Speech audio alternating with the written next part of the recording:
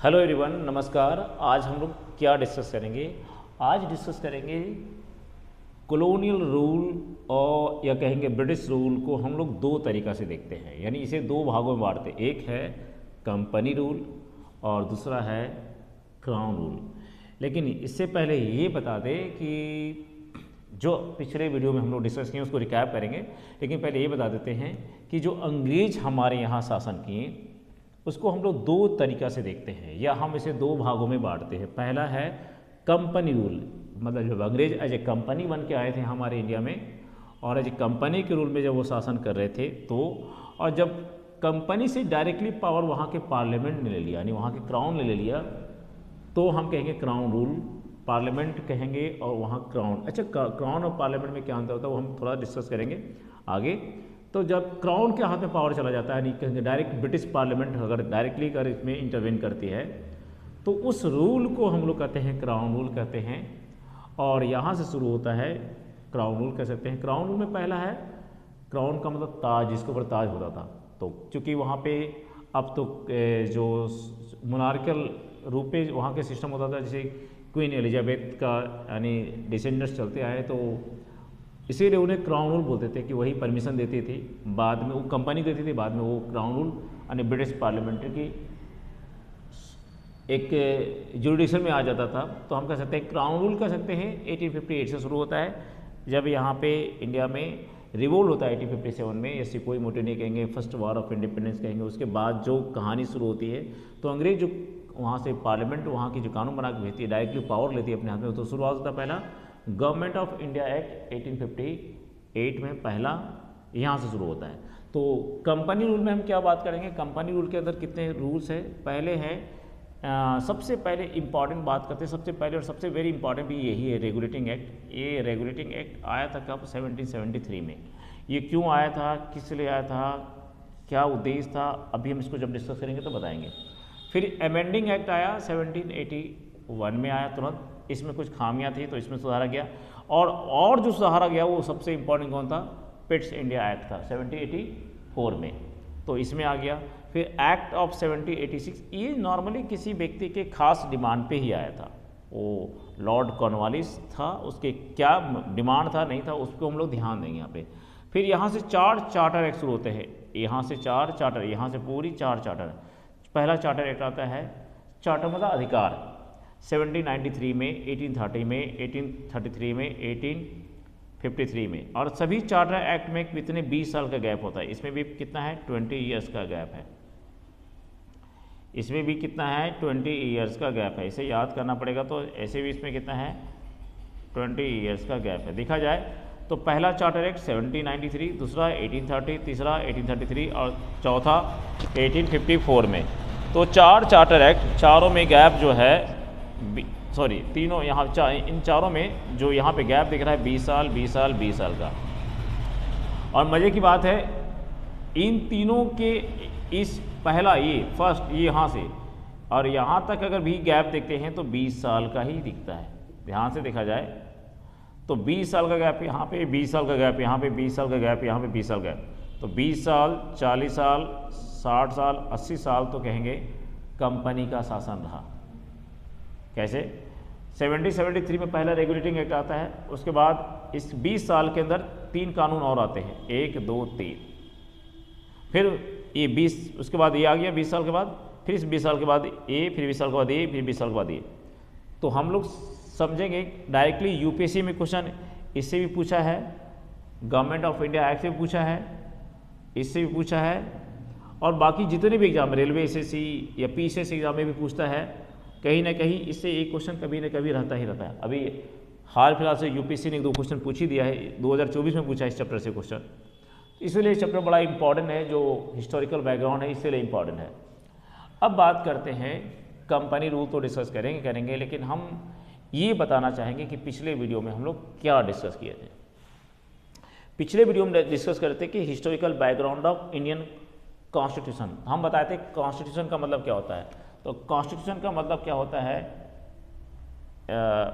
Constitution का मतलब होता है कि वैसा कानून जिस कानून से देश में शासन व्यवस्था लागू हो, या सरकार के कामकाज डिसाइड हो, या सरकार और पब्लिक के बीच में क्या रिलेशंस हो, लोगों के अधिकार क्या हो, इस तरह का अगर कोई दस्तावेज है, डॉक्यूमेंट्स है, तो उसे संविधान बोला जाता है, यानी कॉन्स्टिट्यूशन बोला जाता है। इंडियन कॉन्स्टिट्यूशन के केस में भी यही है। कंपनी क्राउन रूल में देख लेंगे, government of India act 1858, Indian constitution act, इसमें 3 कॉन्स्टिट्यूशन एक्ट है, जिसमें उसमें 4 चार्टर एक्ट है, इसमें 3 कॉन्स्टिट्यूशन एक्ट है, 1 2 3 कॉन्स्टिट्यूशन एक्ट। कौन पहला? 1861 में, 1892 में, 1909 में, तीनों बहुत इंपॉर्टेंट। इसे हम लोग मॉर्ले मिंटो रिफॉर्म भी कहते हैं इसको, और इसको बोलते हैं, क्या बोलते हैं, केम्सफोर्ड रिफॉर्म बोलते हैं। तो ये मॉर्ले मिंटो रिफॉर्म के नाम से जाना जाता है, ये वाला 1999 को, ठीक है। और इसको बोलते हैं मॉन्टेस्क्यू केम्सफोर्ड रिफॉर्म 1999 को। ये तो गवर्नमेंट ऑफ इंडिया एक्ट यहाँ पे तो कितने, एक गवर्नमेंट ऑफ इंडिया एक्ट, एक हो गया गवर्नमेंट ऑफ इंडिया एक्ट, एक ये और ये 2, तो 3 government of India act, 3 Indian constitution act और एक इंडिपेंडेंस एक्ट। तो कंपनी रूल में 4 चार्टर एक्ट है और क्राउन रूल में 3 गवर्नमेंट ऑफ इंडिया एक्ट है। शुरुआत का गवर्नमेंट ऑफ इंडिया एक्ट है और बाद में फिर 2 और है, एक 1919 का, 1935 का, और 3 लगातार कॉन्स्टिट्यूशन एक्ट है, 1861, 1892, 1909। ऐसे एक्ट्स भी और भी उन्होंने बनाए, लेकिन जो बहुत इंपॉर्टेंट है इसके बारे में बता रहे हैं। और independent acts, east India company के अगर एक्ट के बारे में बात करें तो ईस्ट इंडिया कंपनी के जो कंट्रोलिंग या रेगुलेटिंग एक्ट आता है 1773, उससे पहले एक्ट बहुत बनना शुरू होता है, क्योंकि ईस्ट इंडिया कंपनी एक्ट से ही ईस्ट इंडिया कंपनी बनी थी 1600 में। तो ये आज हम लोग डिस्कस करेंगे। तो ये हम लोग यहाँ से स्टार्ट करते हैं। तो थोड़ा सा रिकैप करते हैं कि हम लोग पीछे वीडियो में क्या पढ़े थे, क्या नहीं। तो जैसा बताया कि पीछे वीडियो हम लोग क्या पढ़े थे, पिछले वीडियो में पढ़े थे मीनिंग ऑफ कॉन्स्टिट्यूशन बताए थे, रिकैप बताते हैं। रिकैप, कॉन्स्टिट्यूशन का मतलब होता है एक लॉ ऑफ लैंड, बताए थे कि लॉ ऑफ लैंड किसी भी कंट्री का जो सुप्रीम लॉ होता है उसी को कॉन्स्टिट्यूशन कहते हैं। भारत की एक नज़र से अगर दिखाया था, भारत का जो सुप्रीम लॉ है, यहाँ का संविधान है, the supreme law of India is the constitution of India. इसका मतलब होता है कि जो भी कामकाज होगा इंडिया में कॉन्स्टिट्यूशन के दायरे में होगा, उससे बियॉन्ड कुछ भी नहीं हो सकता, उससे ऊपर कुछ भी नहीं है।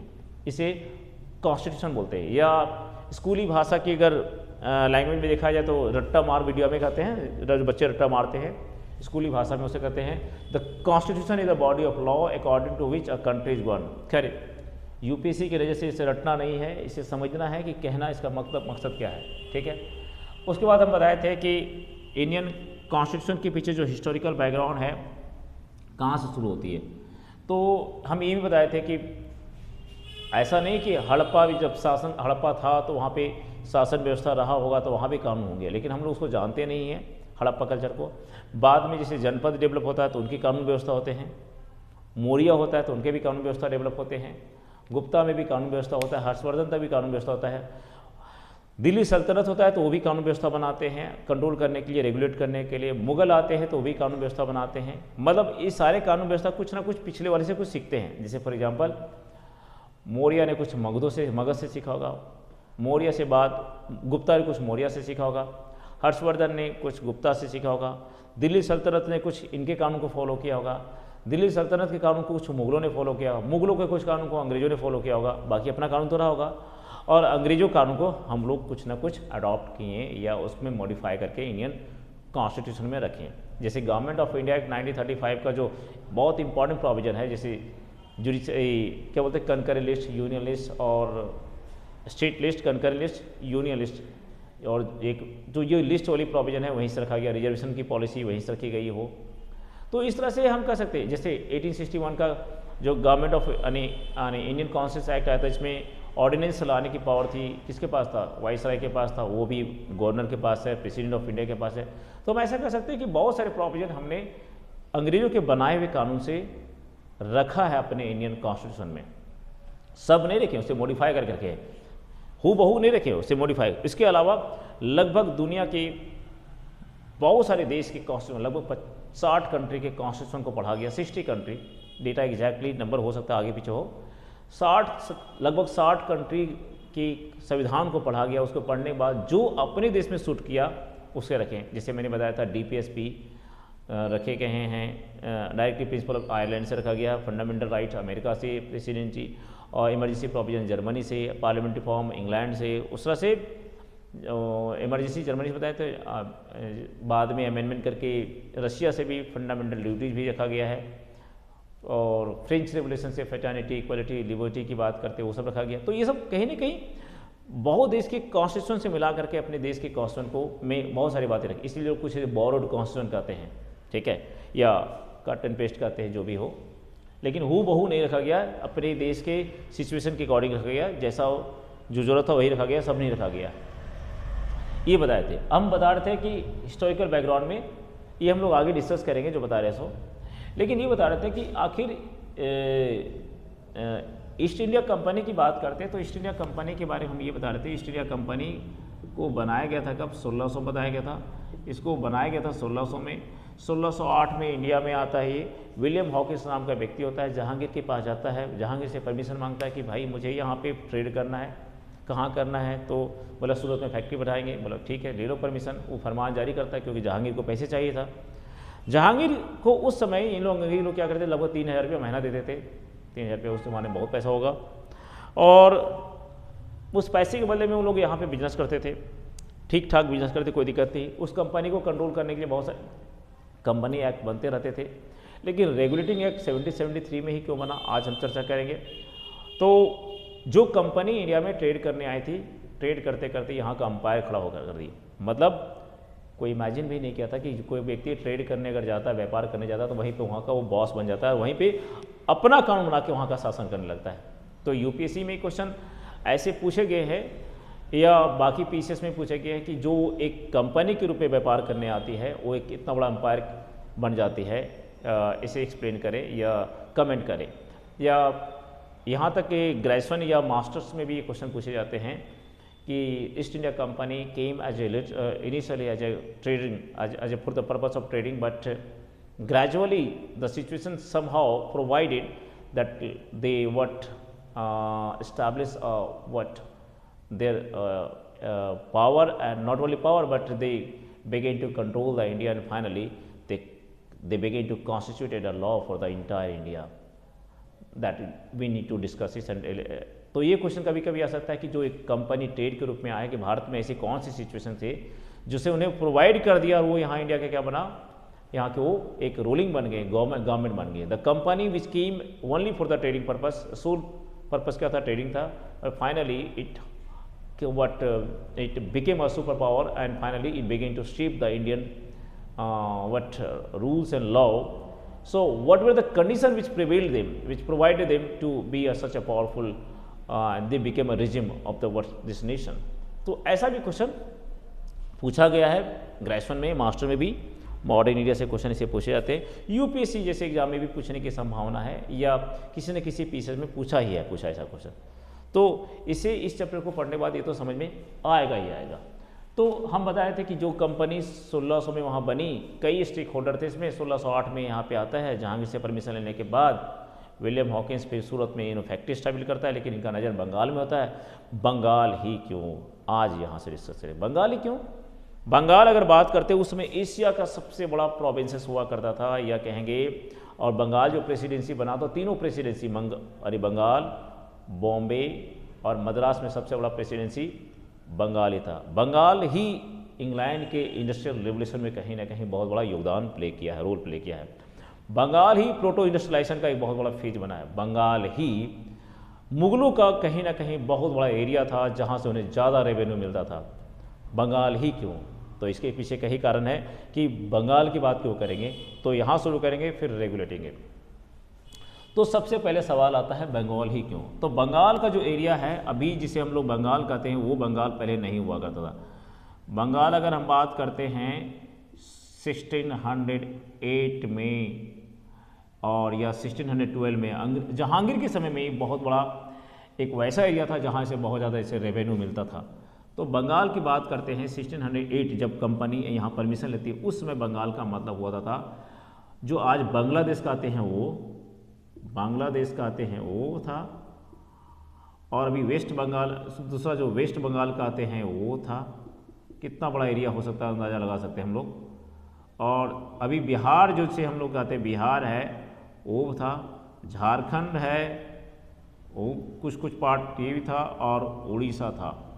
अब कोई सोचने वाली बात है, इतना बड़ा एरिया को बंगाल प्रेसिडेंसी कहते थे, बंगाल प्रेसिडेंसी, बंगाल प्रेसिडेंसी कहा जाता था। इस प्रेसिडेंसी की सबसे बड़ी खासियत क्या थी, यहाँ का जो ज़मीन है बड़ा फर्टाइल है, जो सपोर्ट करता है किन किन एग्रीकल्चर चीज़ों को। इकोनॉमिक यहाँ पे क्यों बूम किया, क्यों इंग्लैंड के इंडस्ट्री को इसने सपोर्ट किया।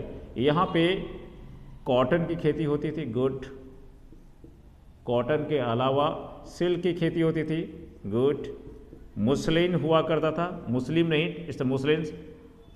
और इन सब के अलावा ये दो तीन चीज़, ये और कहीं ना कहीं ये खास तौर, और भी बाद में जूट भी होती, यहाँ पे जूट इंडस्ट्री भी बनी। कहीं ना कहीं इंग्लैंड के इंडस्ट्री को ये बहुत बड़ा काम कर गया, कौन, कॉटन। और इसी एरिया में बाद में इंडिगो की खेती होने लग गई, यानी इंडिगो एक प्रकार का कलर है कपड़ा को रंगने के लिए, इंडिगो की। तो इनकी वजह से क्या हुआ, इन सब प्रोडक्शन की वजह से, यानी फेज ऑफ इंडस्ट्रियलाइजेशन कर सकते हैं, इंडस्ट्रियलाइजेशन का रास्ता इन्होंने तैयार कर दिया। इन्होंने क्यों किया, इंडिया में भी इसकी वजह से पटना में, मुर्शिदाबाद में, कोलकाता में कई जगह फैक्ट्री बसाए गए, ढाका में फैक्ट्री बसाए जाते हैं, क्योंकि ये एक बहुत बड़ा बेस था। और जब ये बेस था तो इंडस्ट्री बसे थे उस समय में, जिसे हम लोग प्रोटो इंडस्ट्रियलाइजेशन का फेज करते हैं। प्रोटो इंडस्ट्रियलाइजेशन का मतलब उसे कहते हैं जब लार्ज स्केल में मशीन से प्रोडक्शन ना हो, हाथ से लोग प्रोडक्शन करते हो, और वो इंडस्ट्रियलाइजेशन की ओर इशारा जा करता है।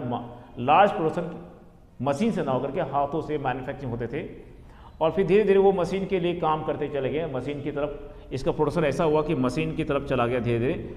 तो मशीन से जहाँ प्रोडक्शन लार्ज स्केल में होने लगे वो उसे इंडस्ट्रियलाइजेशन कहते हैं। उसके पहले का फेज को हम लोग कहते हैं, या उसके लिए एक प्लेटफॉर्म तैयार करना, उस फेज को हम लोग कहते हैं प्रोटो इंडस्ट्रियलाइजेशन।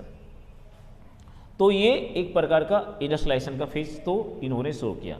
तो इस अब क्या था, ये जो एरिया था यहाँ प्रोडक्शन इतना ज़्यादा होने की वजह से क्या था, रेवेन्यू ज़्यादा जनरेट होता था, इसलिए अंग्रेजों की नज़र कहाँ थी, यहीं पे। सूरत में भले वो परमिशन नहीं है, लेकिन वो बाद में कहाँ है, कलकत्ता में।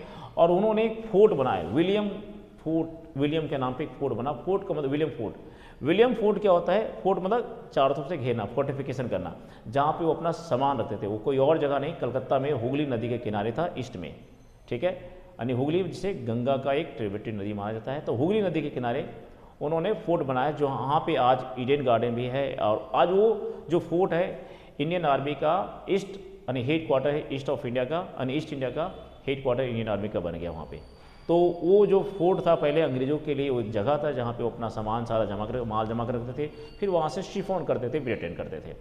तो वही जगह है आज वहाँ पे एक, और वहाँ पे उसके सामने एक बहुत बड़ा मैदान हुआ करता था, और उसी के आसपास वहाँ पे गवर्नर की बिल्डिंग है, ईडन गार्डन भी है, बगल में पार्क भी है, एनीवे इको पार्क से कहते हैं वो।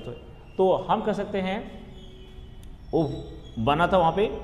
तो जब अंग्रेज ने यहाँ पे फोर्ट बनाया था तो उसमें सामान रखते थे, ठीक है। तो यहाँ पे आगे प्रॉब्लम क्या हुआ था कि कंपनी तो थी, लेकिन जब इनकी लड़ाई हो जाती है, दो लड़ाई मैंने डिस्कस किया था। मुर्शिदाबाद एक ऐसा एरिया था जो बंगाल, उड़ीसा, बिहार के सेंटर में पड़ता था।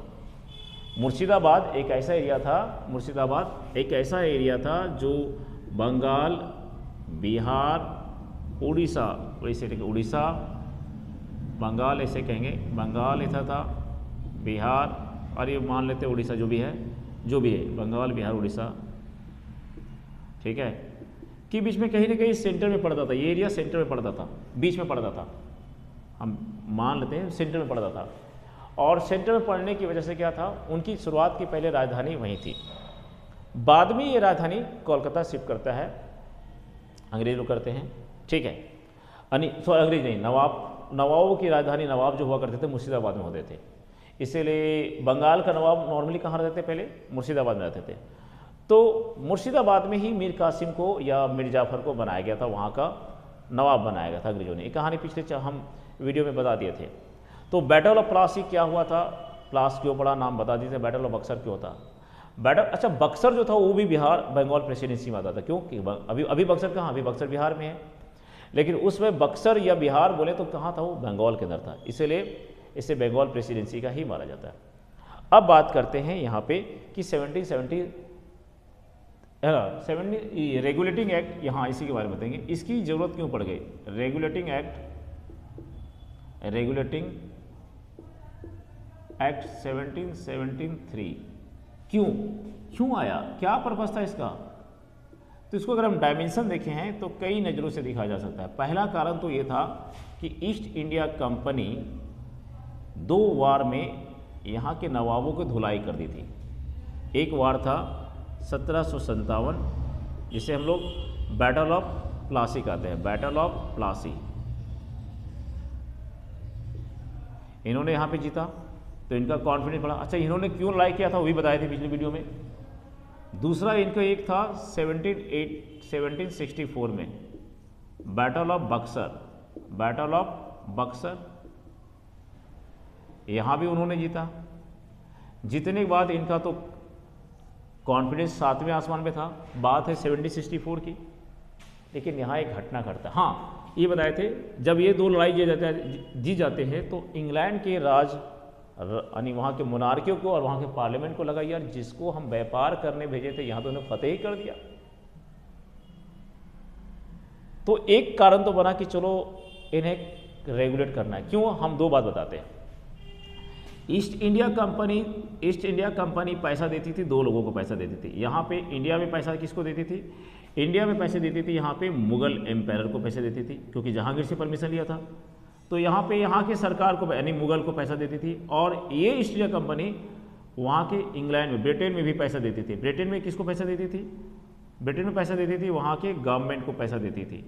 क्यों देती थी? यानी गवर्नमेंट मतलब वहाँ पे मोनार्कियल हेड को भी देती थी। क्यों? क्योंकि उन्हीं ने परमिशन दिया था और बोला था कि ईस्ट इंडिया कंपनी के अलावा और इंग्लैंड से कोई और कंपनी नहीं जाएगी, तुम्हारा ही पूरा अधिकार होगा इंडिया में ट्रेड करने का। सिर्फ ईस्ट इंडिया कंपनी इंग्लैंड से थी, इस तरह से डच ईस्ट इंडिया कंपनी थी, उस तरह से पोर्टुगीज ईस्ट इंडिया कंपनी थी, उस डेनिश ईस्ट इंडिया कंपनी थी। तो सब ईस्ट इंडिया मतलब ईस्ट की तरफ लुकना, यानी इसे ईस्ट की पढ़ने वाले को ओरिएंटलिस्ट भी कहते हैं, ठीक है। ओरिएंटलिज्म की आइडिया वहीं से डेवलप हुई, ईस्ट की ओर से, यानी ईस्ट को जानना, ईस्ट को पढ़ना ही उनको पढ़ने जाने वाले को ओरिएंटिस्ट कहते हैं। जैसे विलियम जॉन्स वगैरह, जैसे क्या था जेम्स स्टुअर्ट मिल वगैरह, सारे ओरिएंटिस्ट माने जाते हैं, ठीक है, विलियम जॉन्स खास पे, ठीक है। तो कहने का मतलब है यहाँ पे ईस्ट इंडिया कंपनी के बारे में बात करना। तो ईस्ट इंडिया कंपनी को 2 लोगों को पैसा देना पड़ता था। एक देना पड़ता था यहाँ के मुगलों को देना पड़ता था शुरुआत में, या नवाब को देना पड़ता था। मुगल, अच्छा नवाब कौन होते थे? बंगाल में जो नवाब होते थे, नवाब पे नज़र, नवाब एक प्रकार के राजा होते थे, इंडिपेंडेंट राजा होते थे। 3 एरिया, बंगाल, बिहार और उड़ीसा का एक पर्टिकुलर राजा कहेंगे या हेड व्यक्ति कहेंगे, वो नवाब होता था। उस नवाब के पास पूरा तीनों एरिया को कंट्रोल करने की पावर होता था। यानी मुगल का एक प्रकार का वो रिप्रेजेंटेटिव था, यानी मुगल बोलने में भी कोई दिक्कत नहीं है, मुगल का ही रिप्रेजेंटेटिव था। और ये क्या करते थे, ये जो नवाब होते थे, नवाब पैसा किसको देते थे? नवाब देते थे पैसा किसको? दिल्ली में देते थे। किसको? दिल्ली में। किसको देते थे? दिल्ली में, दिल्ली भेजते थे। दिल्ली क्यों? क्योंकि मुगल बादशाह तब दिल्ली और आगरा में ही रहा करते थे। तो नवाब इसको पैसा देते थे। ईस्ट इंडिया कंपनी किसको पैसा देते थे? ईस्ट इंडिया कंपनी किसको देते थे? नवाब को पैसा देते थे। और ईस्ट इंडिया कंपनी किसको देते थे? ब्रिटिश गवर्नमेंट को पैसा देते थे, ब्रिटिश गवर्नमेंट। अब इनको पैसा कहाँ से आता था? ईस्ट इंडिया कंपनी को पैसा कहाँ से आता था? ईस्ट इंडिया कंपनी को पैसा कहाँ से आता था? ईस्ट इंडिया कंपनी को पैसा आता था, कहाँ से आता था? पहले जो यहाँ पे ट्रेड करते थे उससे आता था, बिजनेस से ही आता। शुरुआत में ट्रेड ही करते थे, शुरुआत में ट्रेड से आते, ट्रेड से पैसा आता था। तो ट्रेड करने के बदले में, इंडिया में ट्रेड करने के बदले में, यानी ईस्ट इंडिया कंपनी लोग क्या करते थे? इंडिया में ट्रेड करते थे। ट्रेड करने के बदले में नवाब को पैसा देते थे। महीने का 3000 रुपया, सॉरी सालाना 3000 रुपया ब्रिटिशर्स को देते थे, ठीक है, ब्रिटिशर्स को देते थे। लगभग कहा जाता है कि सनी 1768 में करीब इनको देना पड़ता था 40,000 पाउंड के आसपास में, जो लगभग 45 मिलियन डॉलर, या यूँ कहेंगे 50 मिलियन डॉलर के आसपास में अभी क्या आका जाता है, ज़्यादा जाएगा। तो ब्रिटिश गवर्नमेंट को पैसा देते थे। और ये नवाब लोग पैसा किसको देते थे? मुगल को देते थे, क्योंकि मुगल के ये रिप्रेजेंटेटिव होते थे मुगल नवाब। तो जब अंग्रेज आए थे तो उन्होंने समझ लिया कि मुझे पैसा किसको देना पड़ता है, हमें इनको डायरेक्टली देना पड़ता है, इनको देना पड़ता है, क्यों नहीं हम यही एरिया में कंट्रोल करें।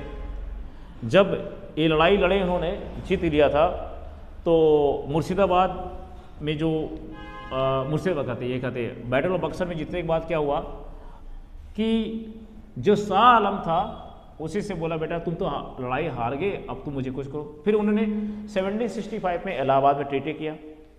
ट्रीटी के बाद उन्होंने शाह आलम ने क्या बोला कि उन्होंने दीवानी दे दिया। दीवानी का मतलब क्या होता है, उन्होंने क्या क्या बताए थे, दीवानी। हालांकि फिर से दीवानी दिया यहाँ पे, diwani was granted, diwani was granted by, कौन ग्रांट किया था, ग्रांटेड बाय शाह आलम, शाह आलम, शाह आलम एक नहीं दूसरा था ये। और कब किया था ये क्वेश्चन, कभी कभी 1765 में करता है, लड़ाई हारने के बाद ही करता है इलाहाबाद ट्रीटी में। इस दीवानी का मतलब होता है कि भाई रेवेन्यू और सिविल जस्टिस में, रेवेन्यू में और सिविल जस्टिस में अब तुम्हारा अधिकार बन गया, राइट। दीवानी मतलब राइट, एक प्रकार का अधिकार दिया गया। दीवानी मतलब अधिकार दिया किसको, अंग्रेजों को। Diwani granted by Shah Alam to किसको, ईस्ट इंडिया कंपनी को, ईस्ट इंडिया कंपनी को दीवानी दिया। दीवानी का मतलब होता है अधिकार, यानी रेवेन्यू पे दिया कि रेवेन्यू पे अधिकार अब तुम्हारा होगा, रेवेन्यू कलेक्ट करो तुम, रेवेन्यू पे अधिकार हो गया। और एक बोला सिविल जस्टिस, सिविल जस्टिस वाला मामला में अब ये तो हो गया, ये तो ईस्ट इंडिया कंपनी मिल गया। अरे जब बात मिलते ही इंग्लैंड वाले में, वहाँ पे इंग्लैंड के पार्लियामेंट तो मैंने बताया कि वो खुशी से फूले नहीं समाये, बोला कि चलो एक तो काम हुआ कि जिन्हें हम व्यापार करने भेजे तो वहाँ तो फतेह ही कर दिया, लाई कर लिया। वो सोच ही रहते और भी एक्ट बना के भेजे, लेकिन इस बीच में एक घटना घटती है, that's a very important regulating act के लिए। अब वो घटना क्या घटती है ये दिखना है, क्यों रेगुलेटिंग घटना। अच्छा हम बताते हैं यहाँ पे, रेगुलेट भूल गए लिखना, सॉरी, रेगुलेटिंग एक्ट हम ही बता रहे थे। तो पहला कारण तो बता दें, रेगुलेटिंग एक्ट 1773, क्यों, क्योंकि एक तो उन्होंने कंपनी जीत गया तो उन्हें अब कंट्रोल, अब सिर्फ कंपनी नहीं रही, जीत गई तो यहाँ पे शासन करेगी, तो कंट्रोल इसको कौन करेगा, इसकी पावर को कंट्रोल कौन करेगा, तो ब्रिटिश पार्लियामेंट। तो पहला कारण तो यहाँ पे AIC का विक्ट्री था, जो बताए थे 1764 में विक्ट्री हुआ, और 1757 में जो विक्ट्री हुआ एक कारण बना।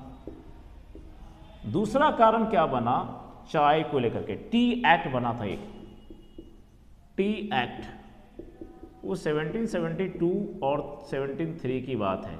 ये टी एक्ट हुआ क्या, दरअसल अंग्रेज जब यहाँ पे आए थे तो चाय की खेती करते थे, और ये चाय इतना ज़्यादा होता था कि ये अमेरिका को भेजते थे, अमेरिका में बेचते थे, अमेरिका में चाय बेचते थे, और जगह भी चाय बेचते थे। तो चाय भेजते थे तो इनकी कमाई हो जाती थी। बात होती है 1768 की कहानी है। 1768 में लगभग 85% ऑफ टी सेलिंग डिक्लाइन कर जाता है। किसकी, कौन, ईस्ट इंडिया कंपनी की। ईस्ट इंडिया कंपनी की जो टी होती है, इनकी जो चाय होती है, वो डिक्लाइन कर जाती है, मतलब इतना बिकता नहीं। तो भी हुआ क्या, डच वाले क्या करते हैं, डच भी तो चाय की प्रोडक्शन करते हैं, तो उनकी चाय को एज ए स्मगलिंग के थ्रू अमेरिका में क्या होता है, भेजा जाता है। तो 85% अगर चाय नहीं बिकेगा तो पैसे कहाँ से आएंगे। नतीजा क्या हुआ, लगभग 8 मिलियन टन चाय गोडाउन में सड़ रहते हैं, बिकता नहीं तो सड़ जाते हैं। तो कंपनी का अब आ गया कि भाई चाय सड़ रहा है, उसके पैसे आ रहे हैं, लेबर में खर्च हो रहे हैं। तो घटना यहीं से घटता है, 8 मिलियन टी आसपास में सड़ जाते हैं, गोडाउन में सड़ते नजर आते हैं। अब सवाल आता है तो इसीलिए टी एक्ट बनाया गया था। टी एक्ट बनाने के पीछे यही कारण था। अब टी एक्ट ही कंप्लीमेंट कर गया, यानी सप्लीमेंट कर गया, हम कह सकते हैं, मिल गया किसके साथ, रेगुलेटिंग एक्ट के साथ। उन्होंने बोला कि चाय की प्रोडक्शन इतनी नहीं करनी है कि सड़ जाए। दूसरी बात, कंपनी के वर्कर को भी ध्यान में रखा गया कि उन्हें करना क्या है, क्या नहीं करना है।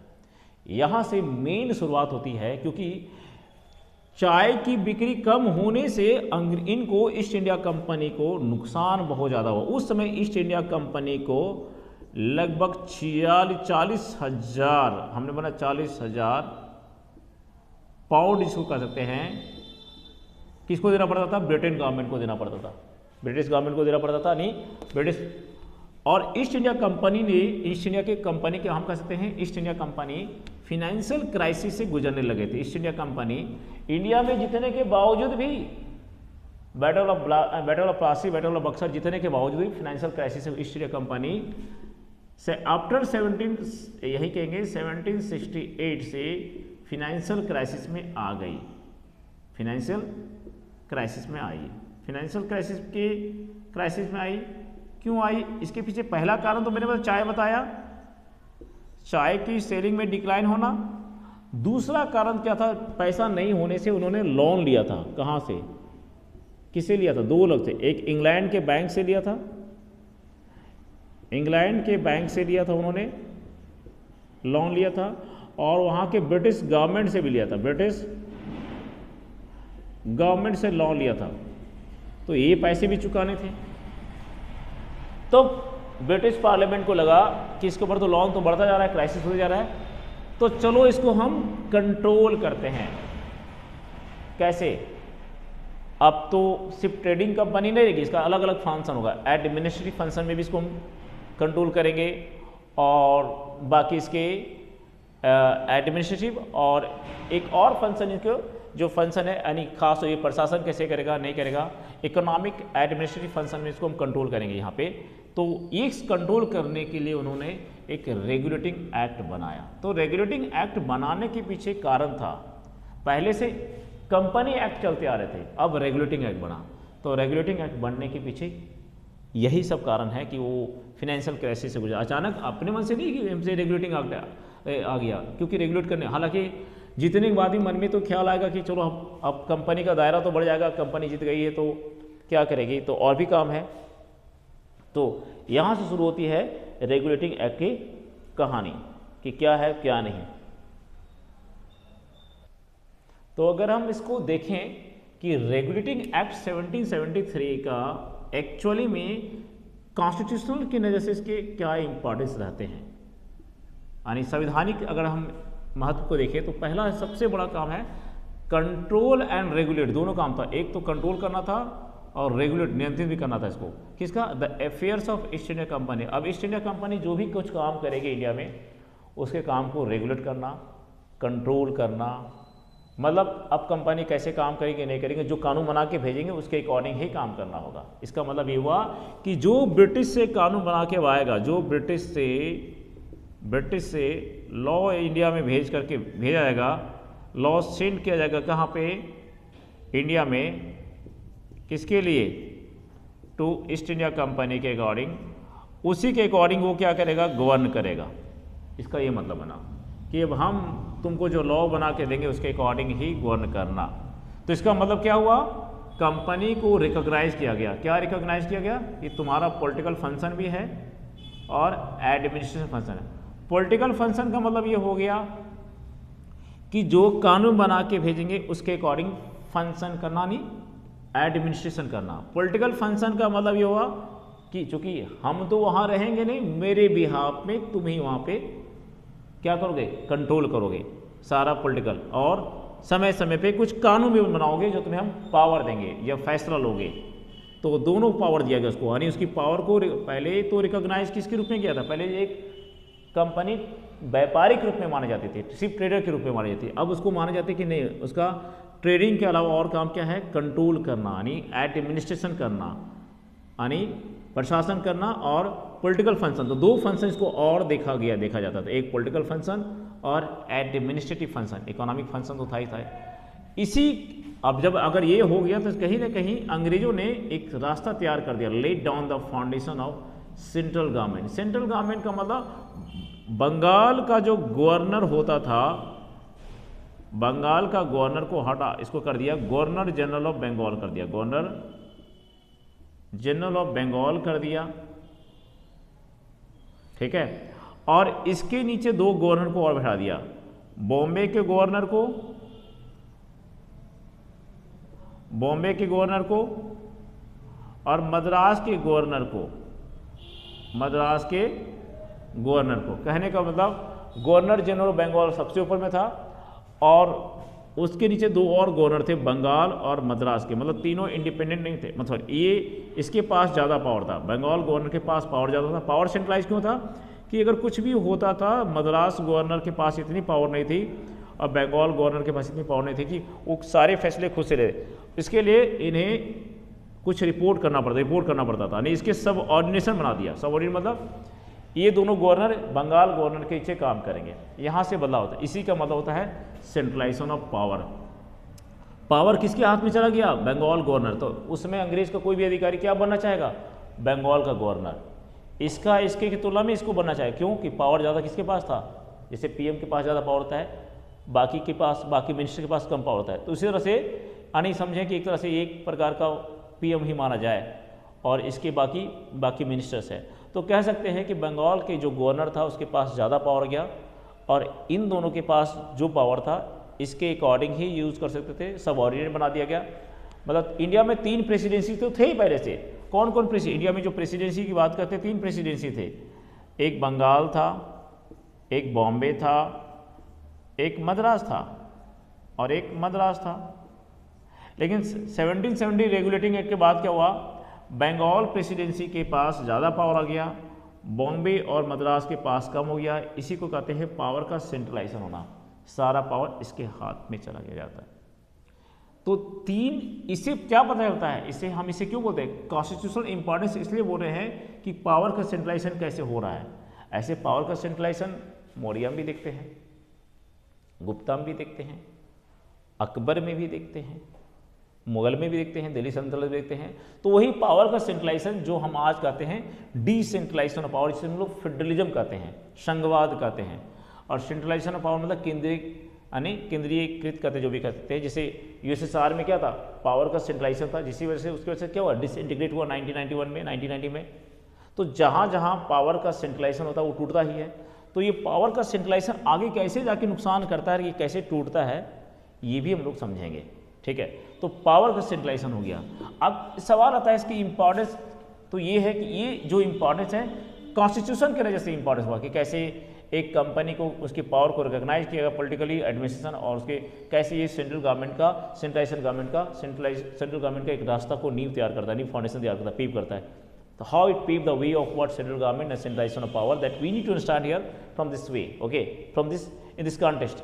अब हम समझेंगे इसका फीचर्स क्या रहा, 1773 रेगुलेटिंग एक्ट का जो फीचर्स है वो क्या रहा। और अगर हम बात करें कि रेगुलेटिंग एक्ट जो 1773 आया इसका फीचर्स क्या था, हम कुछ पॉइंट नोट किए हैं उसी को बताते हैं। पर सबसे पहले फीचर तो ये था कि जो गवर्नर ऑफ बंगाल था उसको कन्वर्ट करके बना दिया, नहीं इसका पोस्ट को बना दिया गवर्नर जनरल ऑफ बंगाल। कहने का मतलब जब रॉबर्ट क्लाइव आया तो 1757 में बैटल ऑफ प्लासी हुआ, वो गवर्नर ऑफ बंगाल था या लीडर कहेंगे, कैप्टन ही था। मुनरो आया तो वो भी बंगाल के गवर्नर की तरह ही काम किया बैटल ऑफ बक्सर में 1764 में। लेकिन उसके बाद फिर वारेन हेस्टिंग आते हैं, जो वो आता है वारेन हेस्टिंग, तो वो भी गवर्नर ऑफ बंगाल के रूप में ही काम करता है। लेकिन रेगुलेटिंग एक्ट यानी टी एक्ट के साथ क्या होता है, मर्ज हो जाता है। यानी रेगुलेटिंग एक्ट 1773 के बाद इस बंगाल के गवर्नर को यानी क्या नाम था, वारेन हेस्टिंग को क्या बना दिया जाता है, गवर्नर जनरल ऑफ बंगाल बना दिया जाता है, गवर्नर जनरल ऑफ बंगाल बना दिया जाता है। जब ये गवर्नर जनरल ऑफ बंगाल बन जाता है तो मद्रास और बॉम्बे के गवर्नर इसके कंट्रोल में आते हैं। पहले तो अलग अलग तीनों काम करते थे, यानी 1773 से पहले कंपनी ने 3 अलग अलग एरिया में, कोलकाता, मद्रास और बॉम्बे, 3 एरिया में अपने अपने गवर्नर बना लिए थे। सवाल आता है 3 एरिया ही क्यों? जो अगर इंडिया की अगर हम बात करें हैं तो ये है बंगाल है, और अगर हम बात करें तो ये है मद्रास है, और ये बात करें तो बॉम्बे है। ये तीनों एरिया में बड़े बड़े बंदरगाह होते हैं, यानी बंदरगाह मतलब पोर्ट कहेंगे, जहाँ से बाहर ये माल अपना भेज सकते थे। इंग्लैंड अगर सामान बाहर भेजना है तो बॉम्बे से इनके सीप कहाँ आते थे, बॉम्बे में सीप आते थे, मद्रास में सीप आते थे और बंगाल में आते थे। ऐसे तो कहते थे विशाखापट्टनम भी है, कोची भी है, वो जगह पे क्यों नहीं? चूँकि कारण बताते हैं। इसका पहले कारण क्या कि बंगाल बताए थे यहाँ पे एक बहुत ही एग्रीकल्चर सपोर्टिव एरिया था, इंडस्ट्रियल हब भी था ये, और यहाँ से ही इंग्लैंड के इंडस्ट्री को फलता फूलता सामान भी मिला। मद्रास में क्यों? क्योंकि इधर इन लोग फ्रेंच थे, इनके बीच में कंपटीशन था, मद्रास से भी इनका शिप से सामान ज़्यादा था, और क्यों नहीं, इसीलिए बाद में इन्हीं तीनों जगह पे उन्होंने ज़मींदारी व्यवस्था भी अलग अलग तरीके से लागू करते हैं। और बॉम्बे ये भी एक महाराष्ट्र के एरिया में कॉटन की खेती ज़्यादा होती थी, और भी फैक्टर थे। तो जो ट्रेड करने के लिए 3 बड़े बड़े पोर्ट थे पहले से डेवलप थे, ये कौन थे? मद्रास, बंगाल और बॉम्बे। तो नतीजा ऐसा हुआ कि अंग्रेज भी सोचे कि हमारे लिए भी सुविधा होगा कि बंगाल से हम ज़्यादा सामान ले जा सकते हैं, मद्रास से भी ले जा सकते हैं, साउथ इंडिया से, और यहाँ पे वेस्ट इंडिया से, यानी वेस्ट इंडिया से यहाँ से इंपोर्ट कर लेंगे। नॉर्थ इंडिया वाला एरिया या कह सकते हैं ईस्ट इंडिया वाला से यहाँ चला जाएगा। ईस्ट इंडिया पूरे उस ईस्ट इंडिया एरिया कहेंगे, एशिया का ही में आ जाता था बहुत हद तक, यहाँ तक बांग्लादेश वगैरह भी आ जाता था, ठीक है। और मद्रास से इस वाला पार्ट से हम यहाँ से अपना सामान को शिफॉन कर लेंगे। इसीलिए 3 अलग अलग कंट्रोल करने के 3 गवर्नर बनाए गए थे। अब ये गवर्नर बन गया, हेड बन गया, बंगाल का गवर्नर था, ये गवर्नर जनरल ऑफ बंगाल बन गया, गवर्नर जनरल बन गया, और ये दोनों इसके सब ऑर्डिनेट में आ गए। मतलब इन दोनों को पूछना पड़ता था इससे, जो यहाँ पे है। तो गवर्नर जनरल ऑफ बंगाल यानी गवर्नर ऑफ बंगाल को गवर्नर जनरल ऑफ बंगाल बना दिया गया। पहले गवर्नर जनरल ऑफ बंगाल कौन थे? तो वारेन हेस्टिंग। अगर ये पहला गवर्नर जनरल ऑफ बंगाल था तो इसके पहले क्या था? गवर्नर ऑफ बंगाल भी था। तो क्वेश्चन आ गया लास्ट गवर्नर ऑफ बंगाल कौन था? तो वारेन हेस्टिंग। पहला गवर्नर जनरल कौन था? तो वारेन हेस्टिंग। इसे कभी कभी सेम तरीका से पूछा जा सकता है क्वेश्चन में। अच्छा, इसमें क्या है? 4 एग्जीक्यूटिव काउंसिल बनाए। एग्जीक्यूटिव का मतलब होता है काम करने वाले लोग, यानी एक तरह से ऑफिसर कहेंगे। तो गवर्नर को यानी गवर्नर जनरल ऑफ बंगाल तो रखा ही गया, और बंगाल तो था, एक आदमी ये हुआ था, और 4 होते थे एग्जीक्यूटिव काउंसिल्स। काम ये लोग करते थे। अगर किसी काम को करना हो, वोटिंग करवाना हो, तो 4 लोग में से अगर 3 लोगों ने हाँ कर दिया तो हाँ काम होगा। 3 में अगर 2 ने अगर हाँ बोला, 2 ने ना बोला, 2 ने हाँ बोला, 2 ने ना बोला, तब क्या होगा? उस केस में इसके पास गवर्नर जनरल ऑफ बंगाल के पास क्या होता था? वीटो पावर होता था। वीटो पावर का मतलब या तो ये अपना फैसला इधर दे के अगर एस करवा ले या नो करवा ले, इधर देगा तो नो होता था, और इधर देता था तो यस होता था। तो वीटो पावर का इस्तेमाल एक तरह से कौन करता था? गवर्नर जनरल ऑफ बंगाल करता था। इसीलिए 4 एग्जीक्यूटिव काउंसिल्स थे, चारों के पास ये था कि वो कैसे काम करना है, काम करना है, वो काम करते थे। कोई डिसीजन लेना हो तो चारों मिलकर लेते थे, लेकिन अगर वोटिंग करते थे, अगर टाई हो जाता था तो वीटो पावर के रूप में इस्तेमाल करता था गवर्नर जनरल ऑफ बंगाल। तो इसीलिए 4 एग्जीक्यूटिव काउंसिल बनाया गया था। लेकिन इसके बहुत सारे डिमेरिट थे। ये जो रेगुलेटिंग एक्ट 1773 आया, इसकी इतनी खामियां थी कि पावर को सही से बांट नहीं पाया था जुडिशरी और एग्जीक्यूटिव के बीच में। नतीजा क्या हुआ कि इसे पिट्स इंडिया एक्ट जैसी चीज़ लाना पड़ गया, और 1781 में अमेंडिंग एक्ट, उसके बाद पिट्स इंडिया एक्ट भी लाना पड़ गया। वो हम आगे डिस्कस करेंगे। साथ में ये भी बताएं कि सुप्रीम कोर्ट बनाया गया यहाँ पे। हाँ, ये बताते हैं कि सुप्रीम कोर्ट इन्होंने बनाया था। सुप्रीम कोर्ट उस जमाने में कलकत्ता में जो बनाया, विलियम फोर्ट के पास ही बनाया था उन्होंने। तो जो सुप्रीम कोर्ट उन्होंने बनाया, इसका खासियत क्या था? उसमें एक जस्टिस होते थे। जस्टिस का नाम था एलिजा इम्पे नाम था, एलिजा इम्पे था इनके पहले कलकत्ता के चीफ जस्टिस थे, और इसके अंदर 3 जजेस होते थे।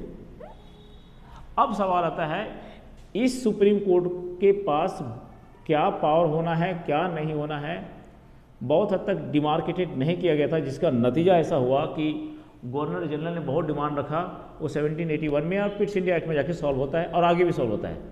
इसमें एक बात बताते हैं, इनके पास, इस सुप्रीम कोर्ट के पास ओरिजिनल जुरिडिक्शन था। जिससे आज सुप्रीम कोर्ट के पास क्या है? आज के ज़माने में सुप्रीम कोर्ट के पास क्या है? Original jurisdiction. यही सुप्रीम कोर्ट की फाउंडेशन तैयार होती है जो आज सुप्रीम कोर्ट है। तो ओरिजिनल जुरिडिक्शन था इसके पास, और एपीलेट जुरिडिक्शन यानी हाईएस्ट एपीलेट करने की वही था।